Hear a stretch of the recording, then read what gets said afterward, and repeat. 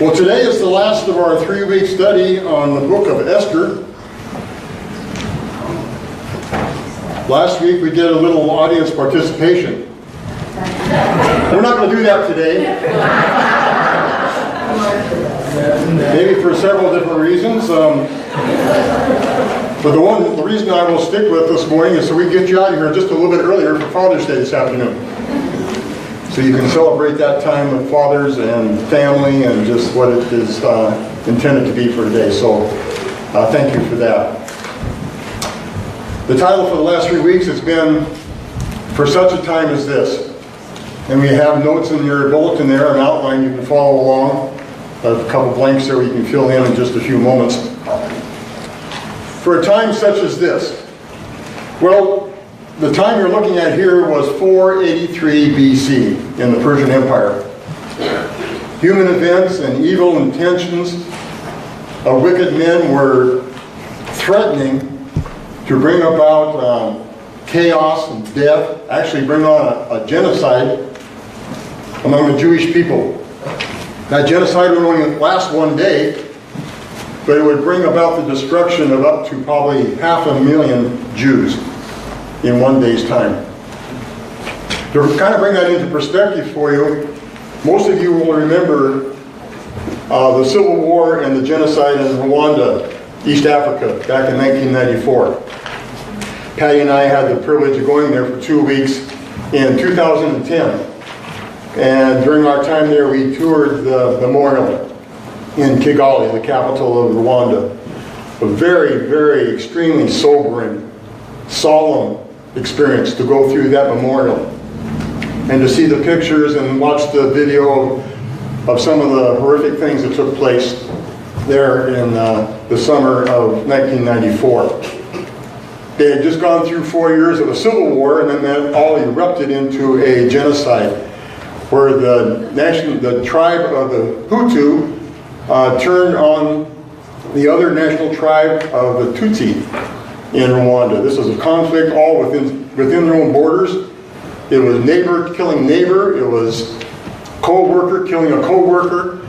Their fellow church attender killing a fellow church attender. And they estimate that in 100 days, between 800,000 and 1 million were slaughtered. You do the math on that, that is 8,000 to 10,000 a day for 100 days straight. And that was their own people killing their own people. To bring that back into perspective here, what we're looking at here in the book of Esther would have been probably up to 500,000 Jews killed in just one day. What a slaughter that would have been. If we were unfortunate enough to live today in, say, Syria, or any of another countless number of nations that are in war right now, being torn apart, the time as such as this might be today. It might be this very moment, being that time. Have you ever thought about that? Do you think about that very often? How fortunate, how blessed we are, how privileged we are to live in a country, a nation that is still free? Amen. Do I hear an amen? Amen. You know, I know we have a lot of internal problems. We can't deny that. But even in the midst of all the internal problems that we have, we are still free. We can still worship here today without any fear of arrest, of soldiers coming in and arresting us or killing us or beating us. We don't have those fears, and thank God we can worship freely. May we always have that freedom. God, thank you for what you have blessed us with. We should always be thankful of that. In the story of Esther, we see the evil plans of man thwarted right at that very moment when it appeared that there was no hope. I love the story of Esther, and probably for several reasons. One reason would be that God was orchestrating behind the scenes, out of sight, the events that were about to take place in the Persian Empire. Number two, we see God's protection and provision of his people, again, as he had always promised to do. 3, we see that evil is not prevailing. And 4, we see that justice is being served. One of my favorite movies is Shawshank Redemption. Many of you have probably seen that. Andy Dufresne is a bank vice president. He is convicted of a double murder, and he is sent to Shawshank prison to do a double life sentence. And during his 20 years there at Shawshank, before he manages to escape, Andy sees firsthand the corruption with the warden. He sees the brutality that comes from the chief of the guard, the captain of the guard. In the end of that movie, towards the end, justice has the final word, and we cheer that. I think as just human beings, we have inside of us a sense of right and wrong. God has instilled that in us. When we're walking with the Lord, we are following His precepts. His standard of right and wrong should become our standard of right and wrong. But as a society, as a world, as a nation, so often we take the standards and we change them into being man's standards instead of God's.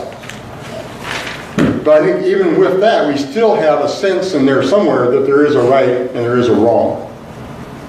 That sense can get all distorted. It can be all blown out of proportion. And we get the wrong idea of what right and wrong is when we make it our own standard instead of God's. But we can't get away from it. God has given us that understanding inside of us that there is a right and there is a wrong.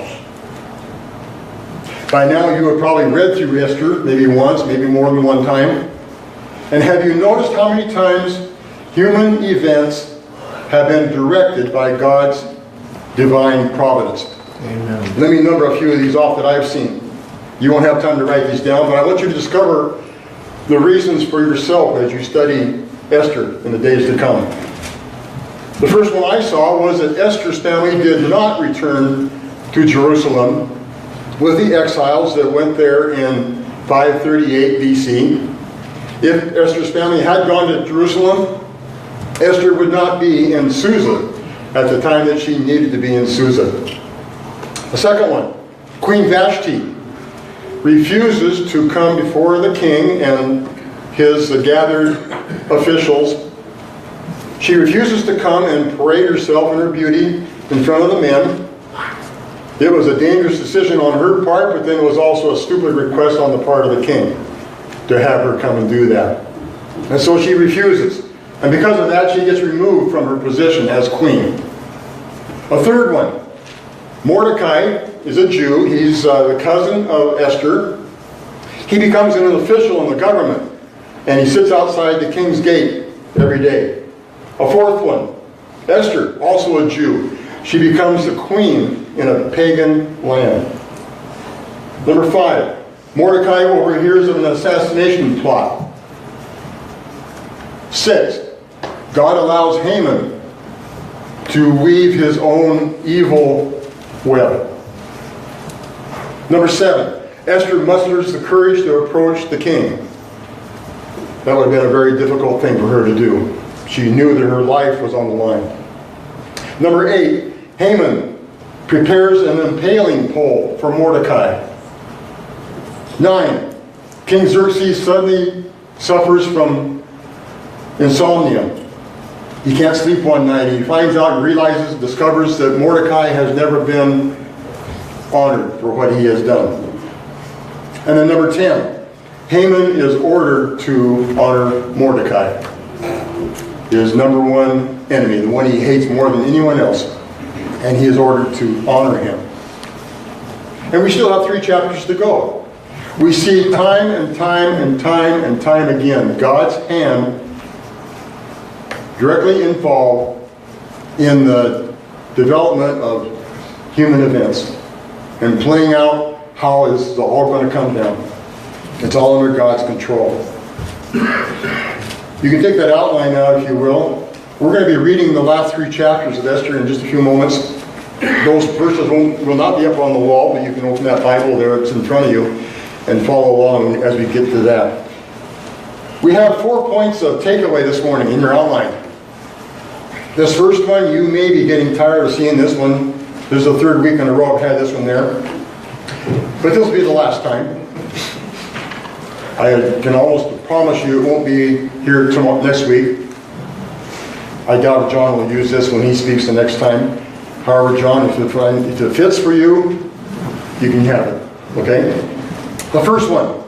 Divine providence is God orchestrating the affairs of humanity by direct or indirect intervention and arrangement. And from that we get Esther 4:14, the verse that the whole book is based on.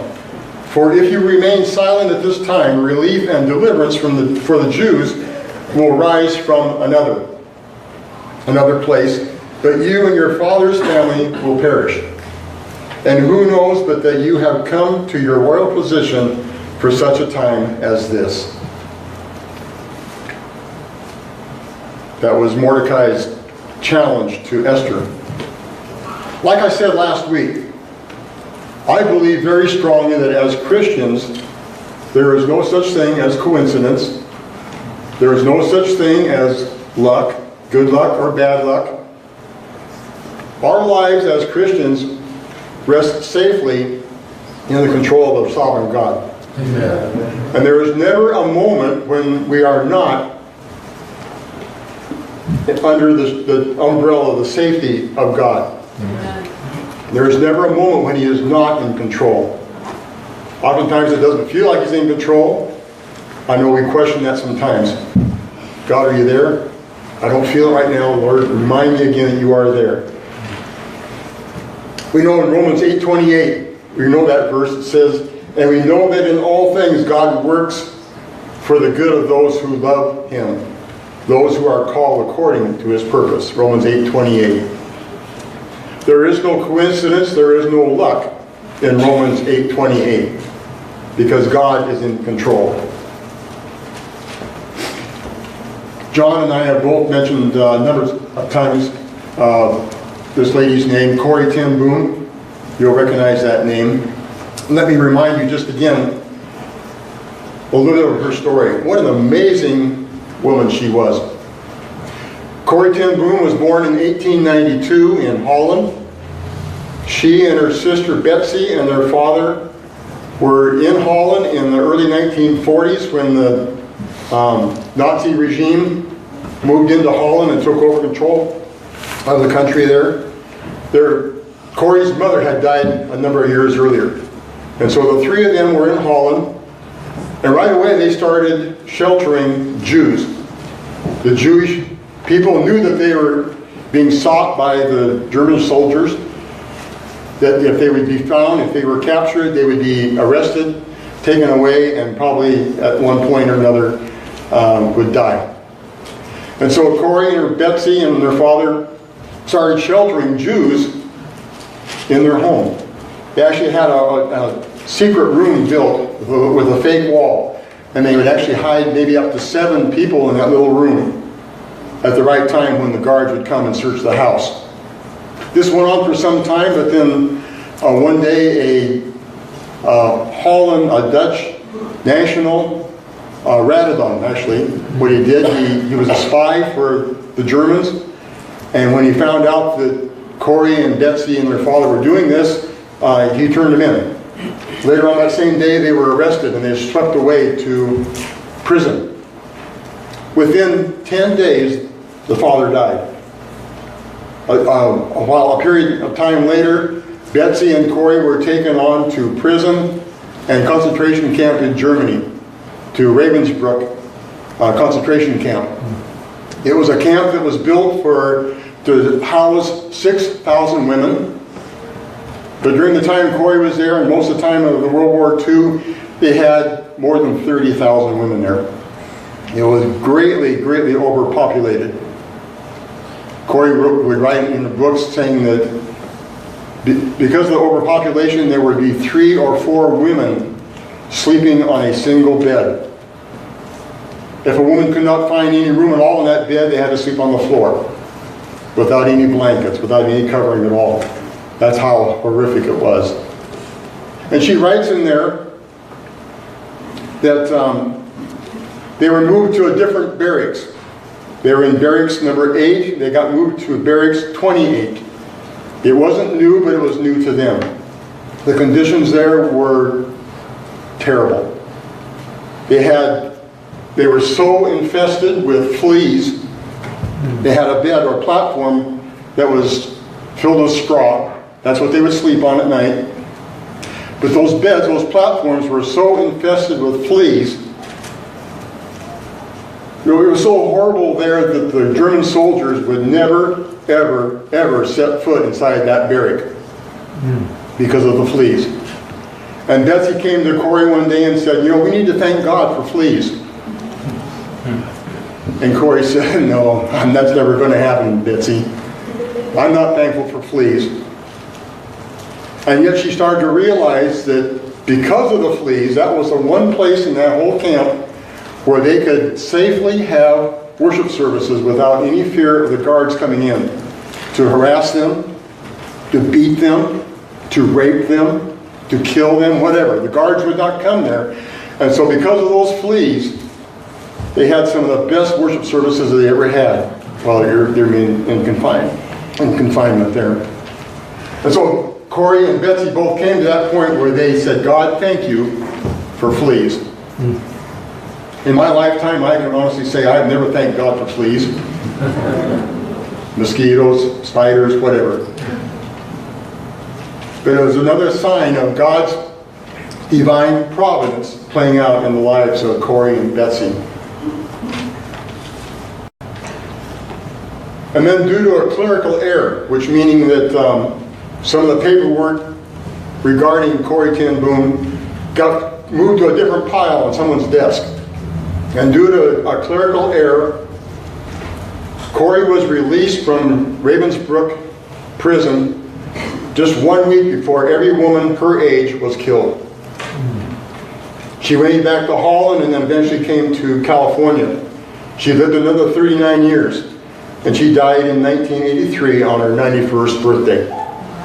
What an amazing woman. She wrote a number of books about her stories now of forgiveness. How she was finally able to forgive those German guards. We're going to read chapter 7 of Esther. If you'll follow along as I read this, and then we'll talk about some certain points here. Chapter 7. If you remember last week, we have just had the first banquet, and Haman goes to the king and says he has set up this pole to impale Mordecai. And so he goes to the king first thing in the morning, hopefully to get the king's permission. In the meantime, the king has been reading the documents and some of the historical things that have been recorded of his reign. And so before Haman can say anything, the king says to Haman, what should I do to honor one who deserves to be honored? Of course, Haman thinks the king is talking about himself, about Haman. But the king wants to honor Mordecai. And so now we have the next day. In verse 1 it says, so the king and Haman went to the Queen Esther's second banquet. And as they were drinking wine, here again, the king had a drinking problem. Every time we see him in here, he has a glass of wine nearby. So he's drinking wine on the second day. The king again asked, Queen Esther, what is your petition? It will be given you. What is your request? Even up to half the kingdom, it will be granted. Now by now, Esther has already approached him the first time, and the king offered her the gold scepter that she was able to touch, and that gave her permission to approach him. And so by now Esther is thinking, okay, it's probably safe. I don't have to be quite so guarded as I was the first time around. And then Queen Esther, verse 3, Queen Esther answered, if I have found favor with you, your majesty, and if it pleases you, grant me my life. This is my petition. And spare my people, this is my request. For I and my people have been sold to be destroyed, killed, and annihilated. Can you just imagine what Haman is thinking right now? All of a sudden he's starting to get very nervous. And somewhere between verse 4 and verse 7, it all comes down to where Haman knows that he is a dead man.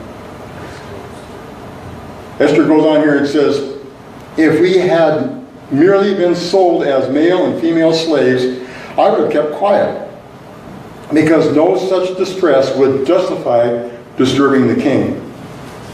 King Xerxes asked Esther, who is he? Where is he? The man who has dared to do such a thing. Esther said, an adversary, an enemy, this vile Haman, standing right next to them there. Then Haman was terrified before the king and queen. The king got up in a rage, left his wine. That's how upset he was. He left his wine behind him. And went out into the palace garden. But Haman, realizing that the king had already decided his fate, stayed behind to beg Queen Esther for his life. Just as the king returned from the palace garden to the banquet hall, Haman was falling on the couch where Esther was reclining. The king exclaimed, will he even bless the queen while she is with me in the house? As soon as the word left the king's mouth, they covered Haman's face. They put a bag over his head. In Persian law, the king could never look into the face of a condemned person. And so they covered Haman's head. Then Harbona, one of the eunuchs attending the king, said, a pole reaching to a height of 50 cubits stands by Haman's house. He had it set up for Mordecai, who spoke up to help the king. The king says, impale him on it. And so he impaled Haman on the pole that he had set up for Mordecai. Then the king's fury subsided. So all of a sudden, in a matter of just a few moments there, God's justice comes down on Haman's head. All part of God's divine providence in the story of Esther. A second takeaway is this: God's judgment on evil. Now here's a question for you. Maybe you know the answer to this. How many times in the Bible does it say that God is loving and compassionate? And how many times in the Bible does it say that God is just and holy? You know, I know that God is just and holy, and we know that. But oftentimes we view God as being too slow at pulling the trigger on the wicked. Well, Bill, what's the answer? Well, Dutch, I don't know the answer. That's more of a rhetorical question. I guess the answer would be many. Many times in the Bible, God's word says that God is just and holy. God is loving and compassionate. David asked God many times, God, why don't you strike them dead, your enemy? Those who mock you, those who curse your name. God, strike them down, kill them, destroy them. They hate you, God. I think we would all prefer God's instant judgment on evil, but then we are reminded again that would be us too.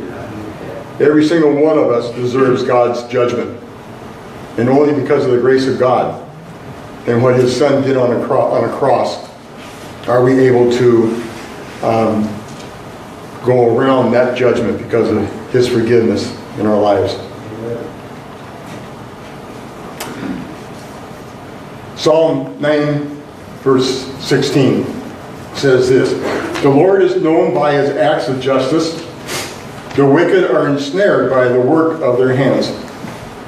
Now, if we didn't know better, we would think that David wrote this verse in Psalm chapter 9 with Haman in mind. But of course, David lived about 500 years before Haman. And so he wasn't thinking of Haman. Boy, does this verse fit Haman to a T.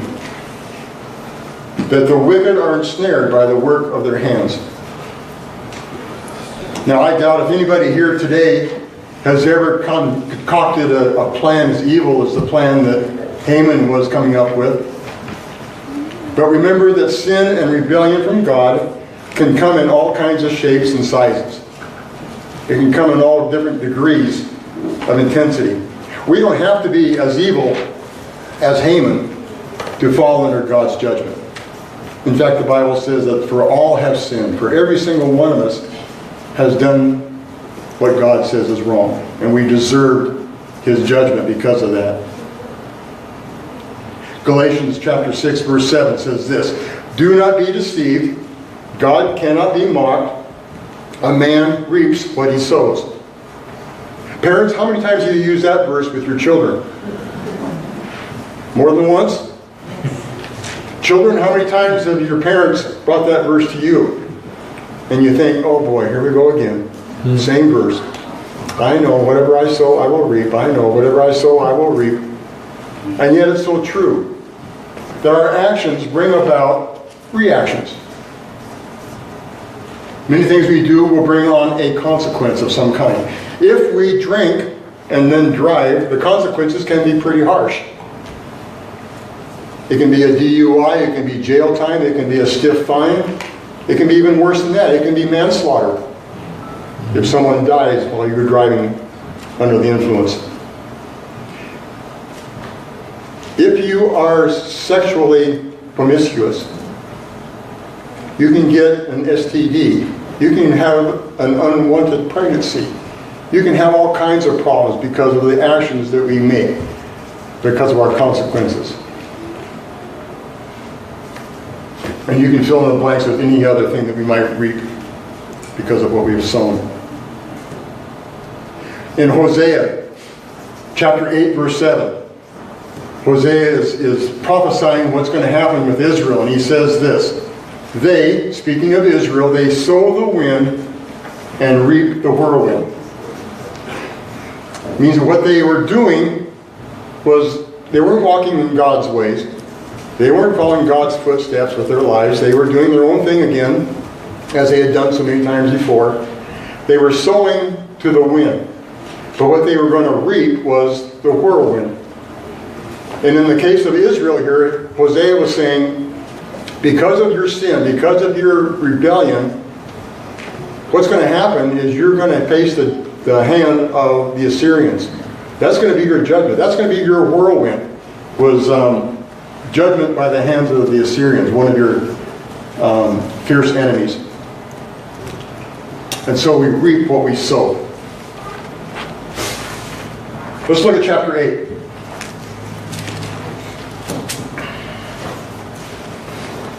Verse 1 of chapter 8. That same day, King Xerxes gave Queen Esther the estate of Haman. Haman's not going to need it anymore. He's all done. The enemy of the Jews. And Mordecai came into the presence of the king, for Esther had told him he was related to her. The king took off his signet ring, which he had reclaimed from Haman, and presented it to Mordecai. And Esther appointed him over Haman's estate. Esther again pleaded with the king, falling at his feet and weeping. She begged him to put an end to the evil plan of Haman the Agagite, which he had devised against the Jews. Then the king extended the gold scepter to Esther, and she arose and stood before him. "If it pleases the king," she said, "and if he regards me with favor and thinks it's the right thing to do, and if he is pleased with me, let an order be written overruling the dispatches that Haman, son of Hammedatha the Agagite, devised and wrote to destroy the Jews in all the king's provinces. For how can I bear to see disaster fall on my people? How can I bear to see the destruction of my family?" King Xerxes replied to Queen Esther and to Mordecai the Jew, "Because Haman attacked the Jews, I have given his estate to Esther, and they have impaled him on the pole he set up. Now write another decree in the king's name in behalf of the Jews, as seems best to you, and seal it with the king's signet ring. For no document written in the king's name and sealed with his ring can be revoked." We talked about that last week. Under Persian law, Once a king signs an order, a decree, an edict, as soon as that is signed and stamped with a signet ring, it is official. You can't do anything to rescind it. Not even the king himself. Once it's in place, that law stands. And so all they could do here was Esther and Mordecai are pleading with the king, let's make another decree that can override that one. We can't eliminate it, we can override it with another decree of some kind. And so the king has already given the signet ring to Mordecai. Now the signet ring is as old as the Old Testament. It's not mentioned that many times in the Old Testament, but it takes place every single time a king would make any kind of a document or send a letter or pass a law, an edict, a decree, whatever. Every time there was a signet ring involved. The signet ring is first mentioned in the book of Job, and Job dates back to the time of Abraham. We see that Pharaoh gave a signet ring to Joseph when Joseph became number 2 in all of Egypt. Artaxerxes gave Nehemiah some letters to take to Jerusalem, and Artaxerxes, the king, had those letters stamped with his signet ring. They put wax on the papers, and then they stamp it with the king's signet ring. Every ring that a king would have would be different than someone else's. Each one was unique. And it had markings on the ring that pertained only to that king. And so they would press that ring into the hot wax, and then as it dried and hardened there, that became his signature. We see also that King Darius used a signet ring to seal the stone that covered the lion's den when Daniel spent one night there in the lion's den. Pilate also did the same thing at Jesus' tomb when he sealed the stone in front of the tomb with his signet ring. It was his stamp, his signature. And people knew that if they touched that, if they interfered with that in any way, it would be instant death because it was officially from the king. And so that's the importance of the signet ring. I was thinking a little bit about this yesterday. Bring that down to present day times. It'd be kind of like if I was to take my checkbook out and I would write a check to you, I'd put your name in there, put the date in there, and I would sign it, but I didn't put in the amount. And then I would hand that check to you and say, okay, fill in the amount, whatever you want. That's not going to happen. But it's kind of what the king was doing with Mordecai as he gave him his signet ring. He's giving him permission, the authority, the control to do whatever they choose to do, and you have my ring that gives you that authority. And so here we have Esther and Mordecai rewriting another decree that's going to go out throughout the entire Persian Empire. A decree that's going to override the first one that Haman had sent. Now back to verse 9 of chapter 8. It says this, at once the royal secretaries were summoned on the 23rd day of the 3rd month, the month of Sivan. Now this is just 2 months and 10 days after Haman sent out that first decree. So only 2 months have gone by. They wrote out Mordecai's orders to the Jews and to the satraps, governors, and nobles of 127 provinces stretching from India to Cush. Cush was in Egypt. These orders were written in the script of each province and the language of each people, and also to the Jews in their own script and language. Mordecai wrote in the name of King Xerxes, sealed the dispatches with the king's signet ring, and sent them by mounted couriers who rode the fast horses especially bred for the king. So the word's going out to the entire Persian Empire. Now keep in mind, the edict that Haman had sent before also included the 50,000 Jewish exiles who were back in Jerusalem. Because Jerusalem was far removed from Susa, but it was still part of the Persian Empire. They also would have been slaughtered in that genocide. Just because they were in Jerusalem didn't mean that they were safe. They would have died as well. Verse 11. The king's edict granted the Jews in every city the right to assemble and protect themselves to to destroy, kill, and annihilate the armed men of any nationality or province who might attack them and their women and children, and to plunder the property of their enemies. So this is the decree that Esther and Mordecai come up with.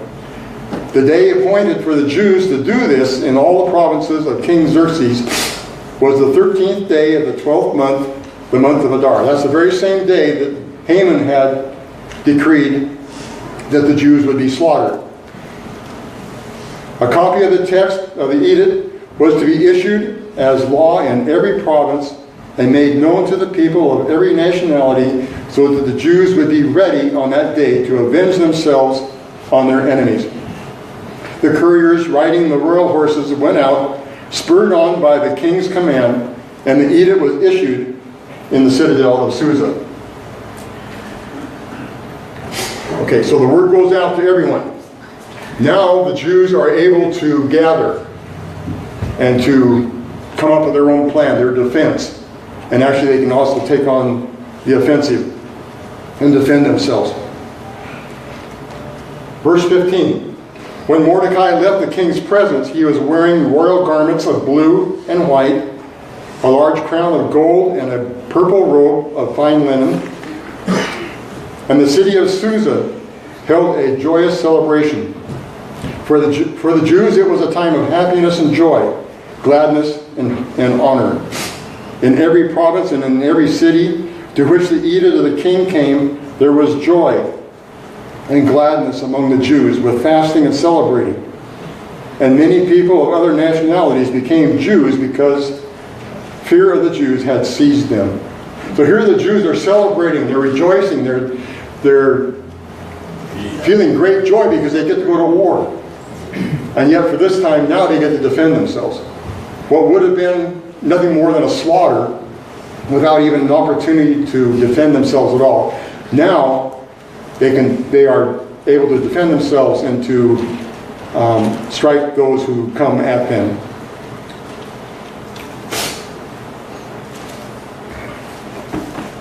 A third takeaway point: deliverance of the Jews. The day of their deliverance is set. It's the very same day that would have been the day of destruction. The 13th day of Adar hasn't come yet, but the enemy is already starting to break up from within. We see here in chapter 9, the first 4 verses. On the 13th day of the 12th month, the day of Adar, the edict commanded by the king was to be carried out. On this day, the enemies of the Jews had hoped to overpower them, but now the tables were turned, and the Jews got the upper hand over those who hated them. Those were probably mostly Amalekites. I haven't been able to determine that for sure, but I'm sure a lot of them were Amalekites, the same nationality as Haman himself. The Jews assembled in their cities in all the provinces of King Xerxes to attack those determined to destroy them. No one could stand against them because the people of all the other nationalities were afraid of them. And all the nobles of the provinces, the satraps, the governors, and the king's administrators helped the Jews, because fear of Mordecai had seized them. Mordecai was prominent in the palace. His reputation spread throughout the provinces, and he became more and more powerful. As history goes on throughout the centuries, I think more and more nations are realizing now that you don't want to take on Israel. Especially when Israel has God's protection over them. You don't want to take on Israel. Most of you will, or many of you will remember the 6-Day War back in 1967. It started on June 5th. It ended on June 10th. It was only 6 days long. Egypt, Jordan, and Syria decided they were going to combine forces and they were going to eliminate Israel as a country. Wipe them off the map entirely. Well, Israel kind of beat them to the punch. They got them just before they were to come at them. In one day's time, Israel just about decimated the entire Egyptian Air Force. They didn't even get off the ground.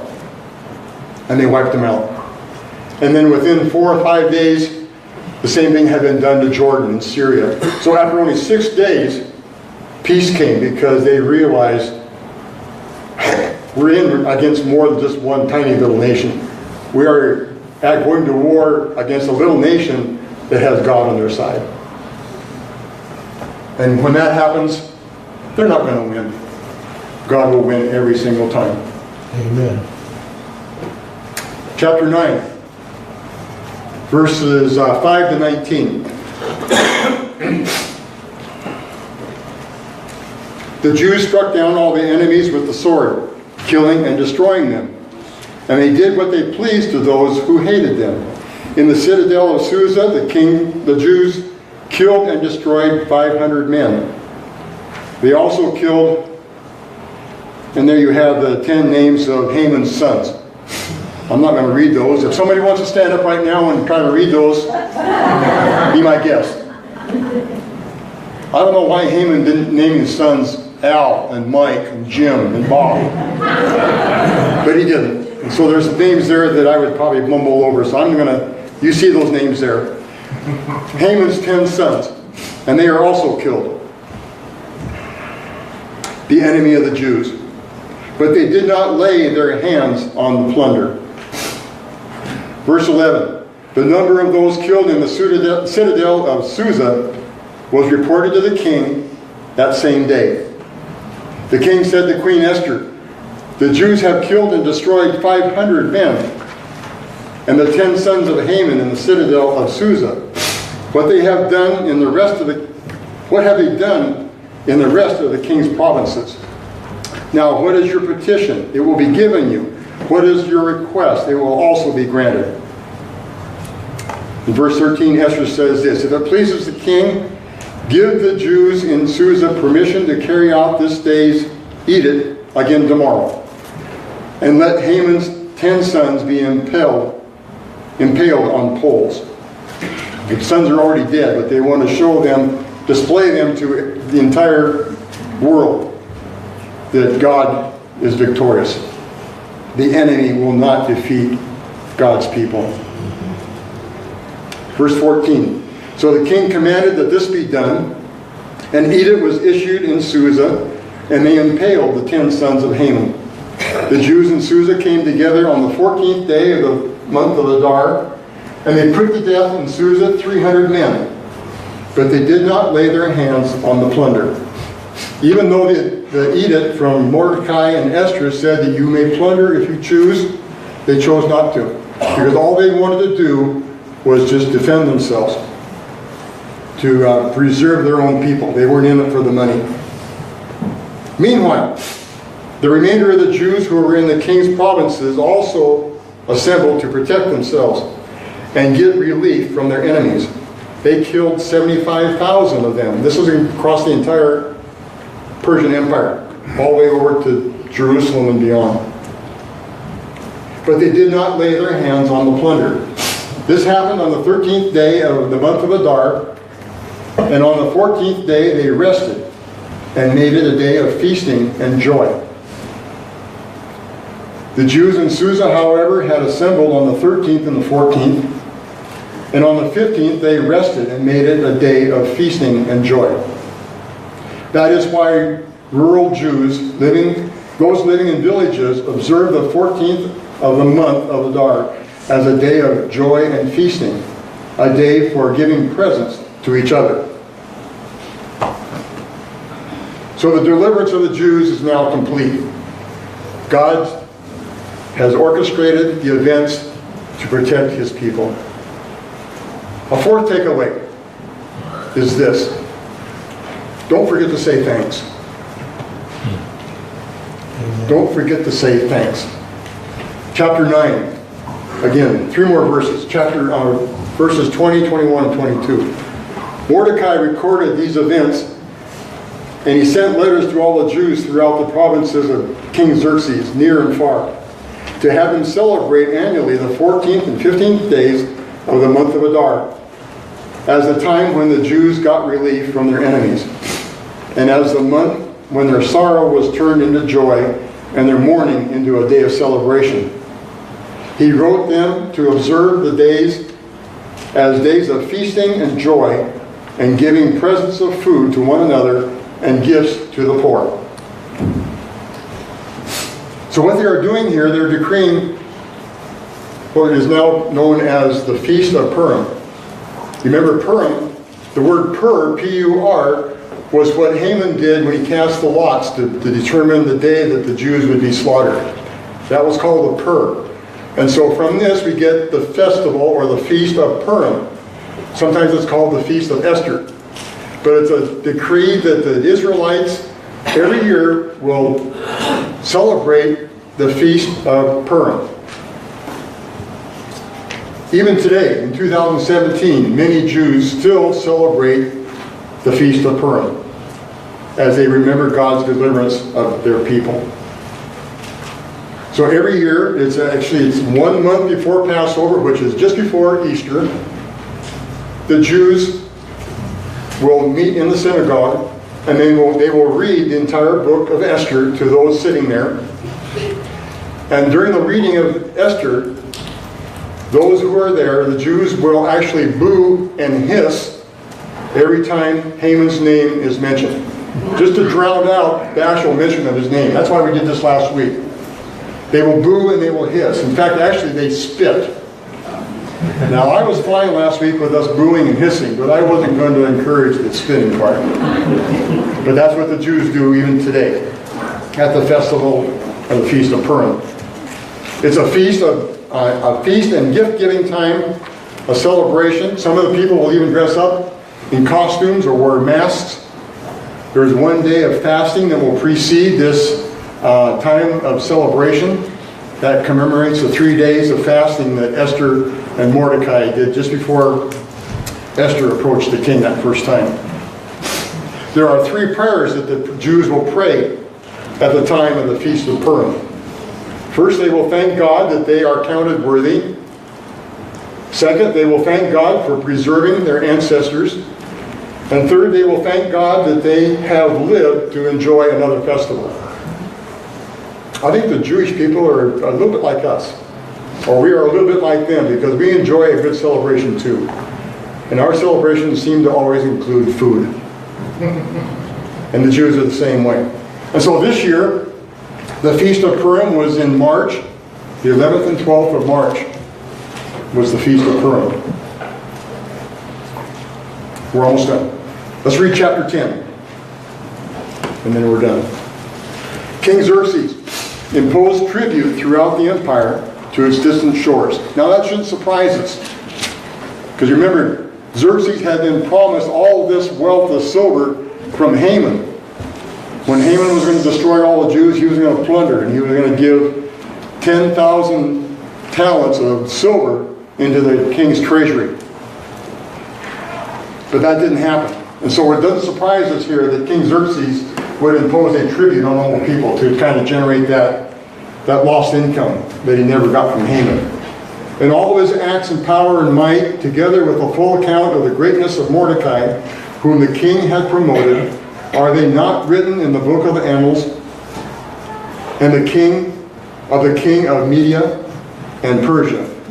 Mordecai the Jew was second in rank to King Xerxes, preeminent among the Jews, and held in high esteem by his many fellow Jews, because he worked for the good of his people and spoke up for the welfare of all the Jews. So Mordecai continues on, serving as number 2 in the land. Just like what Joseph had done back in Egypt, just like what Daniel had done in Babylon, he served well in a pagan land, and he honored the God that he loved. I think we so clearly see here in the story of Esther how God was in control of Esther and that storyline there, even 2,500 years ago. And you know, the same is true today. God is in control of Priest River. He's in control of Idaho, of Washington, of the United States, of the world. Even when it doesn't feel like he is, the world just seems like it's spinning out of control, doesn't it? in so many ways. And yet we know that God is still in control. He's allowing things to happen for His own divine purposes. And we know that God will be in control. It doesn't feel good. Sometimes it's really scary. And yet we know that we can believe and trust the one who is capable of and deserving of our trust. Would you pray with me?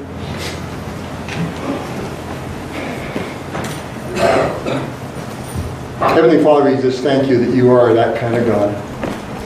Lord, I believe wholeheartedly that you are sovereign.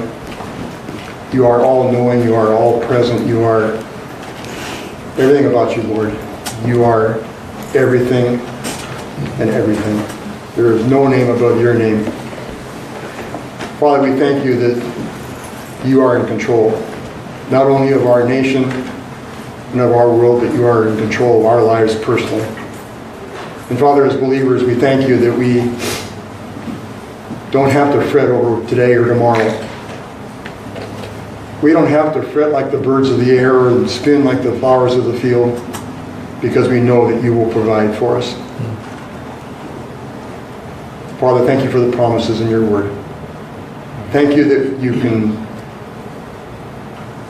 can never leave us nor forsake us. Nothing can ever pluck us out of your hand, because we forever and ever belong to you. Father, thank you for these promises. Thank you for what you did in the lives of the Jews back in the time of Esther, how you preserved the nation of Israel. Father, we pray today that as we go from here, we will constantly remind ourselves that in a life, in a history, in a world, in a nation that has many problems, that we know we can trust you, because you are our God. We thank you for this. In your name we pray. Amen. If you'd like to stand and sing with me, the last song we're going to do is We Bring the Sacrifice of Praise. We bring the sacrifice of praise into the house of the Lord. We bring the sacrifice of praise into the house of the Lord. And we offer up to you sacrifices of thanksgiving. And we offer up to you sacrifices of joy. We bring sacrifice of praise to the house of the Lord. We bring sacrifice of praise to the house of the Lord. And we offer up to you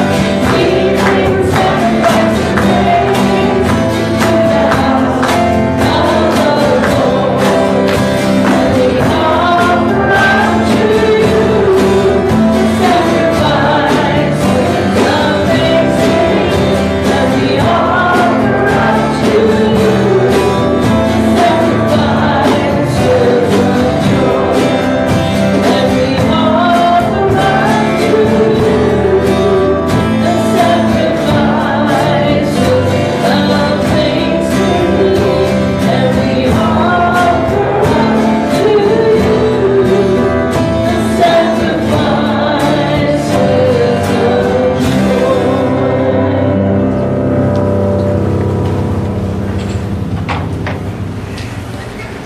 Well, as we leave here today, I want to say thank you to Bill. If you've ever preached before, and 3 times in a row as Bill has, you understand a little bit of the intensity and the time that it takes to prepare for that. It doesn't simply weigh on you mentally, it weighs on you spiritually, emotionally, physically, in every aspect. So would you give just a hand of appreciation to Bill?